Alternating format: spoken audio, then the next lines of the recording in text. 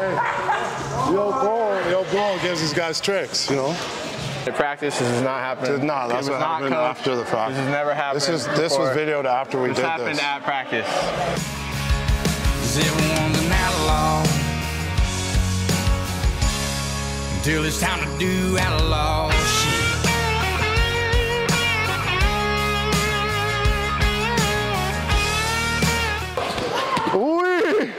Yo Bull's giving them tricks that they already know. They just, you know, they don't apply. Like, come on, JK.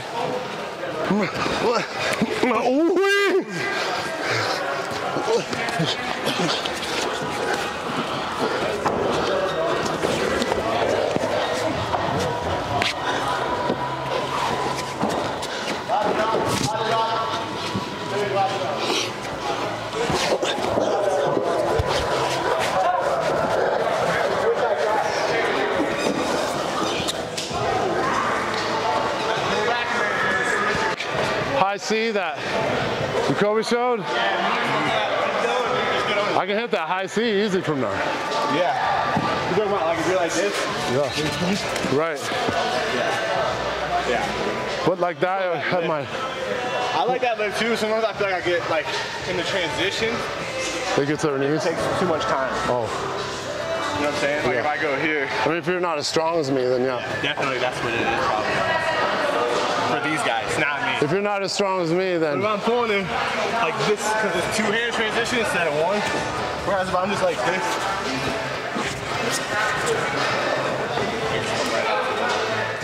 Yeah.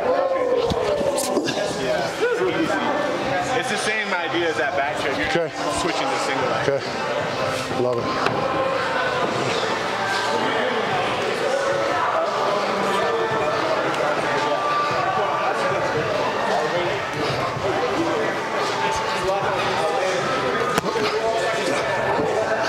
Bump. Good. Good. Now re-pull.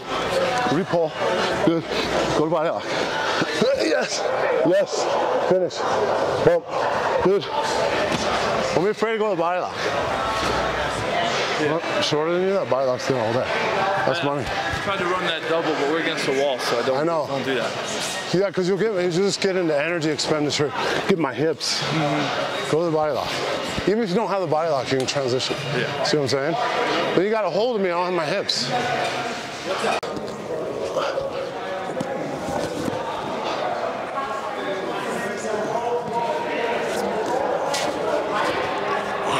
So JK, we got Surreal Gone versus Spivak in the main event this week. While this big ass is trying to kick my ass today. I think one of the things you got to remember in that fight is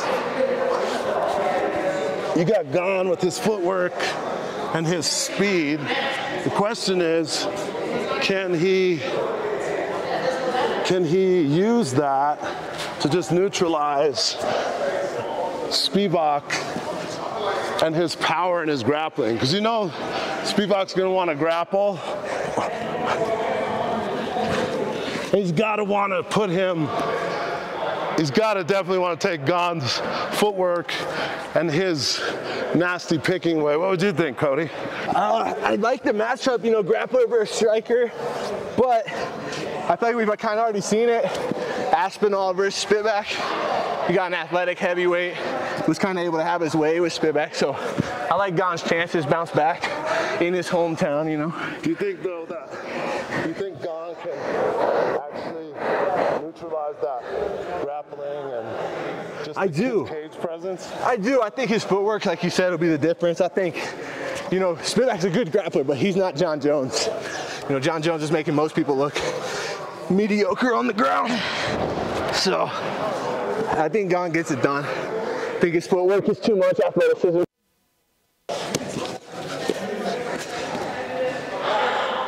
So I think with Spivak, he's on a 3-fight win streak. He's got a tough matchup in front of him. I mean, what a statement he would make if he goes out there and wins that fight. But I just think the movement, the speed, Gone's basically like chipping approach we'll find a lot of options. You'll get Spivak to reach, get desperate, try to find him.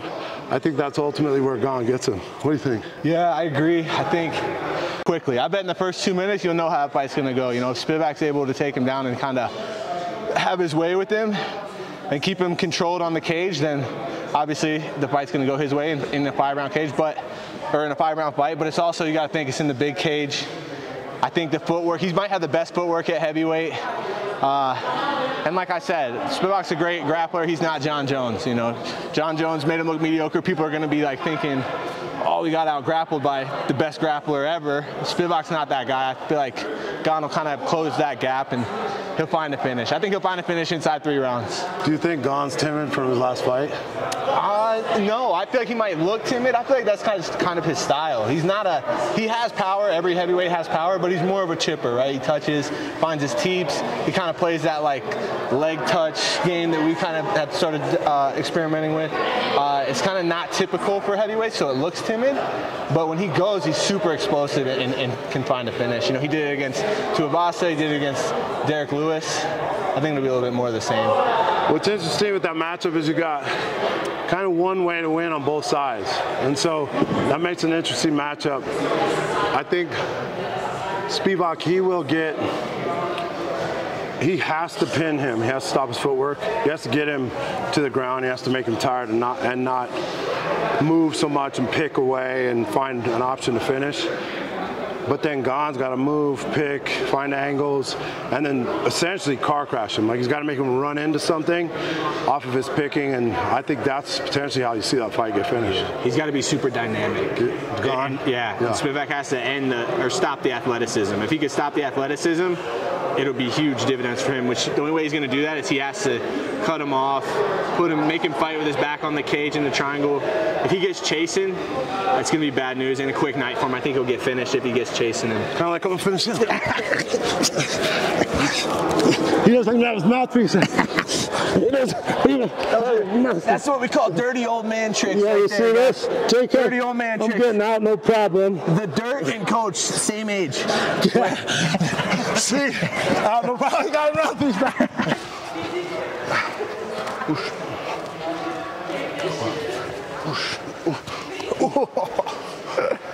All right, so in your co-main event this week, you've got Rose Namajunas fighting Fiore. Fiore is a European kickboxer from France. She's dynamic, obviously pretty standard game with her kickboxing, but the interesting part about this fight partly is that this fight's at 125. And so I know Fiore thinks that she is in contention if she goes out and beats Namajunas or for this fight, but I don't know if that's true per se. Plus, it's a tall task right now to go get that win against Rose. I think one of the advantages Rose has with this fight is that she's coming up, of course, to a different weight class, but her speed has always paid dividends for her. And so whether it's her kicking, punching, it don't matter, her speed has paid dividends. I think that is going to be one of the problems that Fiore is going to deal with in this fight. What do you think? I agree. I think Namajunas is super fast at 115. And obviously you would think that would carry over even more so at a higher weight class. The other thing about Rose, I don't anticipate there's going to be a ton of grappling in this fight, but if there is, I would imagine she has the advantage. Her striking's looked really good lately, but when she first got in the UFC, I feel like people forget she was kind of like super spectacular on the ground, had some pretty spectacular finishes, submissions. So if the fight does go to the ground, I feel like I would give her the advantage. I feel like on the feet, they're very similar styles. Like Fiore, I feel like, has been the faster fighter in every one of her fights so far, so she's going to have to overcome someone being maybe a little bit quicker than her, which isn't the easiest thing to do if you're used to having that advantage. But she will have a little bit of a size advantage. So it's a great matchup in terms of what we're going to see as fans, but I would favor Namajunas just because of her experience, 5-round championship experience. I know it's only a 3-round fight, but those extra rounds pay dividends. She's super talented on the feet, obviously has the grappling advantage, has had a pretty good layoff, which sometimes that might make you worry, but I feel like it might be good for her growth. She's still pretty young, so I think we'll have a showing out for her. And then potentially puts her in title contention. There's not a ton of contenders at 125 for the females, so you know, I feel like winner of this probably will get the next shot after maybe like an Aaron Blanchfield or somebody like that. And don't forget, Rose is training in Denver, Colorado. She's going to have an altitude advantage. That's always an advantage. I mean, her gas tank has never been an issue, but I mean, she can have major output in 3 rounds. She's not fighting a 5-round fight. She has a 3-round fight. She's training at altitude. She's always had a gas tank. She's going to be able to just put the foot on the throttle and go. Not that she should go in there and get reckless, but I just mean her volume could be really high, which I think would play into Rose's favor and actually take away some of that traditional kickboxing that Fior's going to have and bring to the stage come Saturday night. So we have an international card again. You're going back to back from Singapore to France, Paris, and now you've got people traveling from overseas. That's the one thing that I will say from just experience is that the overseas travel is always something that you have to contend with. It's important that they get there early, and she comes from a great team. She trains with Trevor Whitman. They obviously know all this. They have experience. So I'm sure they've been out there. They've been acclimating. They're on that schedule. They're ready to rock. But if there's ever a hiccup when you go internationally, it's because of that travel, the change, the trying to get acclimated and all that. But they're professionals. I don't see that happening. I've got Rose winning in this fight. Whether it's a decision or a finish, I think is the question. So tune in and let's go watch that thing. Yeah, I'm going to go with Rose as well, and I think it's going to look very similar to that second Joanna Jędrzejczyk fight. I feel like it's a super similar matchup to what we're going to see this Saturday, but it's going to be a great fight. It's always, you know, the women I feel like scrap a little harder sometimes, so it should be good. Coach, want to see my new choke defense? Watch this. You see that, dude? Just flex out of it. It's 100% of the time, works 60% of the time.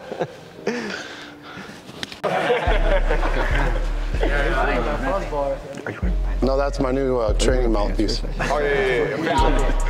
Factor X on 3. 1, 2, 3. Factor X!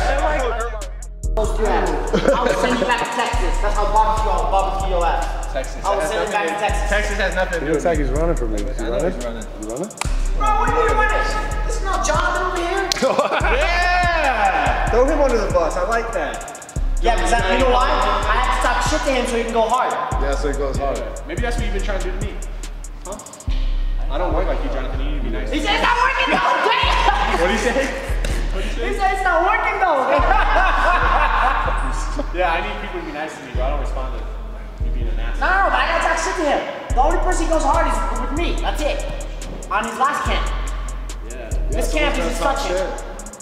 Every time I keep seeing Rafa from side profile, I think it's Phil Gonzalez. Coach, his walk has changed. His walk has changed now, bro. He's bougie as fuck now, bro. Because he's fucking becoming big time. Like, Coach, you got one here.